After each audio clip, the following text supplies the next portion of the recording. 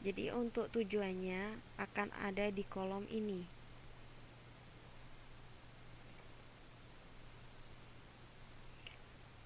Jelasin kendala. Ini maksudnya. Oke. Jadi nilai-nilai yang berada di kolom dan baris yang ini merupakan fungsi-fungsi kendalanya. Fungsi-fungsi ini yang ingin kita selesaikan untuk mencapai tujuan kita, yaitu memaksimumkan profit atau meminimumkan biaya. Fungsi dari tujuan kita berada di kolom ini. Jika kita ingin memaksimumkan profit ataupun meminimumkan biaya, fungsinya akan menjadi sigma dari permintaan sama dengan sigma dari pendapatan.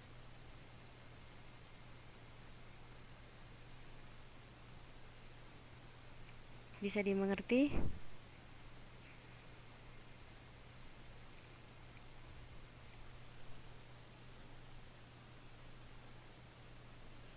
Oke.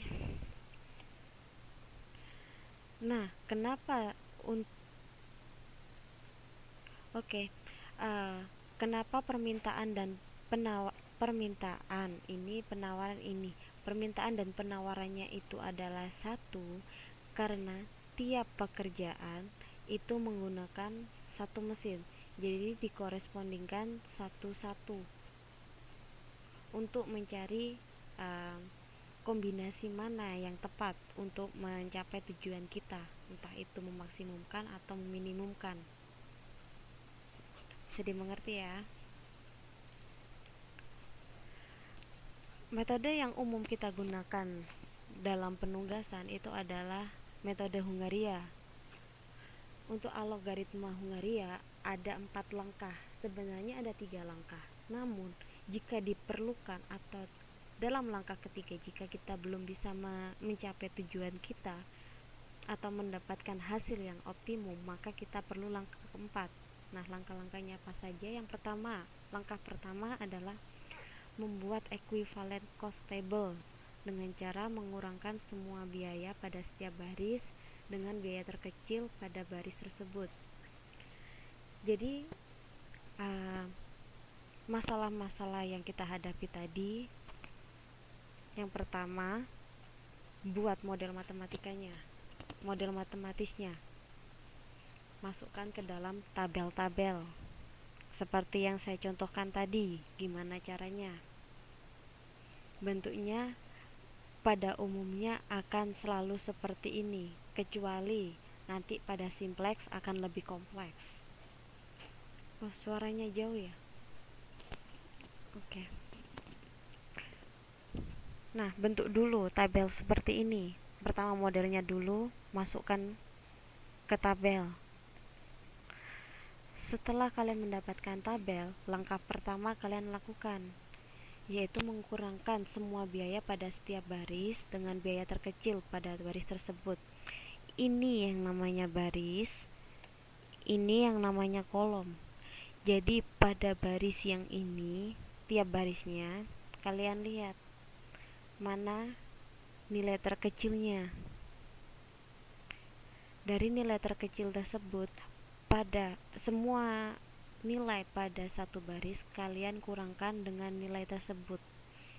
Untuk semua baris sama, nilai terkecil pada setiap baris dikurangkan ke masing-masing nilainya. Itu langkah pertama.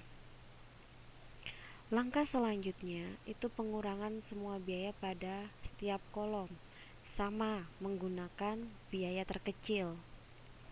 Ini adalah kolom. Jadi pada setiap kolom lihat mana yang angkanya terkecil.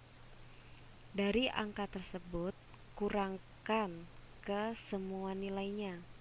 Ini dikurangi nilai terkecil, ini juga, ini juga, ini juga. Tapi dengan catatan, dari langkah pertama tadi pasti akan ada nilai 0 pada tiap akan ada satu atau beberapa baris yang memiliki nilai 0. Itu nanti akan mempengaruhi kolom. Nah, karena pengurangan kolom adalah langkah yang kedua, maka hindari mengurangi uh, kolom dengan nilai terkecil jika kolom tersebut sudah ada nilai nolnya. Kurangi dengan nilai terkecil pada kolom yang belum ada nilai nolnya. Bisa dipahami?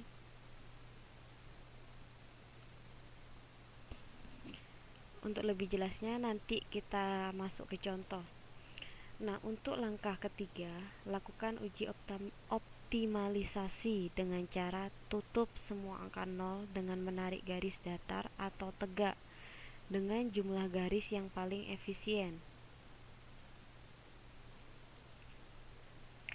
Ini yang kepotong adalah jika jumlah garis lebih kecil dari jumlah baris atau kolom, penugasan berarti belum optimal. Maka kita perlu yang namanya langkah keempat. Jadi untuk tiap baris dan atau kolom yang memiliki angka 0, kita tutup angka 0 tersebut dengan menarik garis. Setelah itu, kita hitung semua garis tersebut. Jika jumlah garisnya itu kurang dari jumlah baris atau kolom, berarti belum optimal. Kenapa baris atau kolom? Karena seperti yang saya jelaskan tadi, permintaan dan penawaran nggak selalu sama jumlahnya. Bisa saja tugas lebih banyak daripada pekerjanya, atau pekerjanya lebih banyak daripada tugasnya.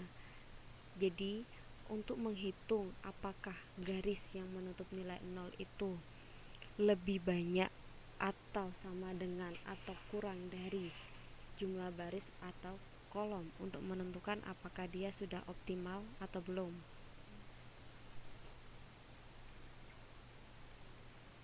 Bisa dimengerti ya?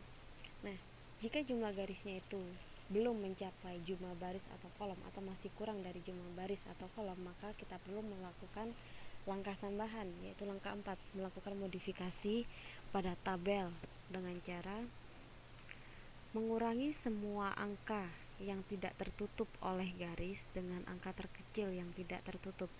Jadi nanti di dalam tabel hanya akan ada beberapa angka yang tidak tertutup oleh garis yang menutupi angka 0.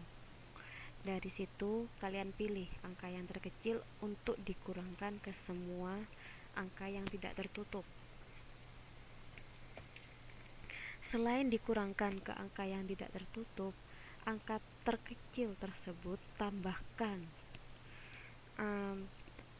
pada angka yang menempatkan posisi silang.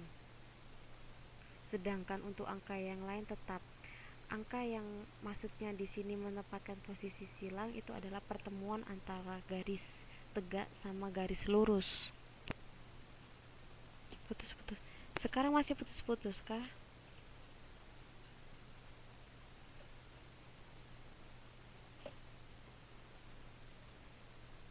Sip. Oke. Nah, setelah kita menambahkan angka terkecilnya itu pada angka yang tertutup oleh posisi silang antara garis tegak dan lurus, kita ulangi lagi langkah 3 dan 4 hingga didapat solusi yang optimal. Contoh permasalahannya. Wow.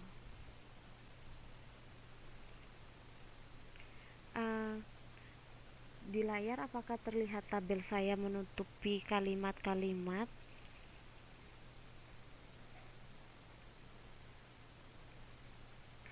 Atau sambil dilihat saja PPT yang sudah saya kirim, karena di layar saya terlihat tabelnya menutupi pertanyaannya. Jadi untuk permasalahan penugasan, yang pertama, sebuah perusahaan pelayaran menggunakan 4 buah kapal kargo untuk mengirimkan barang-barang dari satu pelabuhan ke pelabuhan yang lain. Setiap kapal hanya bisa melakukan satu perjalanan dari 4 rute perjalanan yang ada. Jadi ada 4 kapal, ada 4 pelabuhan, otomatis ada 4 rute. Karena perbedaan kargo dan biaya muat, maka biaya pada setiap pelabuhan adalah sebagai berikut pada tabel di bawahnya.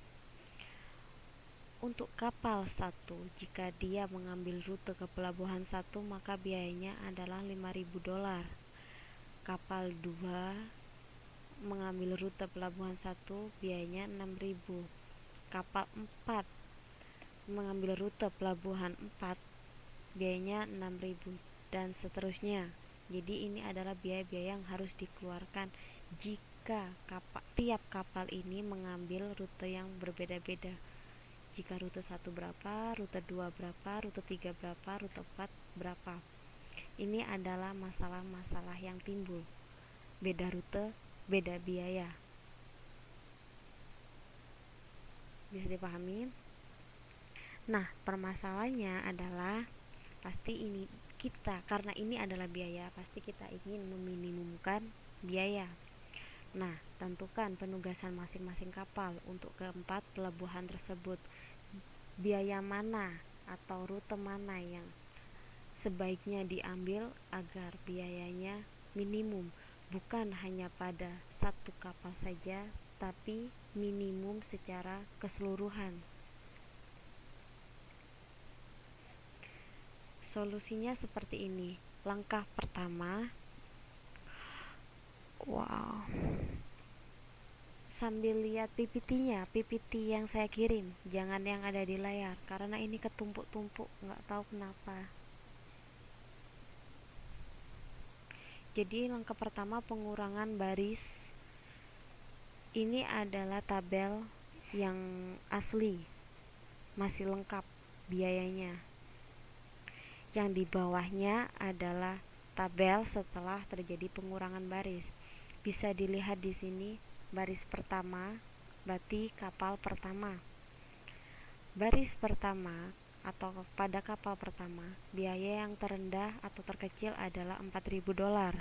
Nah, ini nanti yang akan dikurangkan ke semua biaya pada baris pertama. Jadi 4.000 dikurangi 4.000, 0. Udah dapat 1 0 untuk kapal pertama. 5.000 dikurangi 4.000, 1.000. 6.000 dikurangi 4.000, 2.000. Dan yang terakhir 7.000 dikurangi 4.000, 3.000. Untuk baris yang kedua, ini nilai terkecilnya adalah 5.000. Jadi 5.000 ini akan dikurangkan di semua nilai di baris pertama. Dan yang kita dapat adalah ini. Otomatis karena nilai terkecil ini dikurangi nilai itu sendiri, maka kita dapat 0 di sini. Begitu selanjutnya hingga kapal keempat. Maka tabel yang pertama ini yang kita dapatkan setelah melakukan langkah pertama atau pengurangan baris. Nah, langkah yang kedua, karena kita lihat kolomnya, karena masih ada kolom yang tidak ada nilai nolnya pada langkah pertama pengurangan baris, yaitu pada kolom pelabuhan 1 dan pelabuhan 3, maka kita perlu melakukan langkah yang kedua, yaitu pengurangan kolom. Setelah langkah pertama melihat baris, sekarang lihat kolomnya, terutama di pelabuhan 1 dan pelabuhan 3. Di pelabuhan 1 nilai terkecil adalah 1.000, maka semua nilai di kolom pelabuhan 1 kurangi dengan 1.000 hingga didapat angka 0. Kemudian pada kolom pelabuhan ketiga, semua nilainya adalah 2.000. Jadi yang terkecil adalah 2.000. Kurangi semua nilai di kolom 3 dengan 2.000 hingga kita dapat 0. Nah, dari sini karena semua sudah mendapatkan nilai 0, jadi kita lakukan langkah yang ketiga, yaitu menarik garis. Menarik garis caranya hanya garisnya harus menutupi angka 0.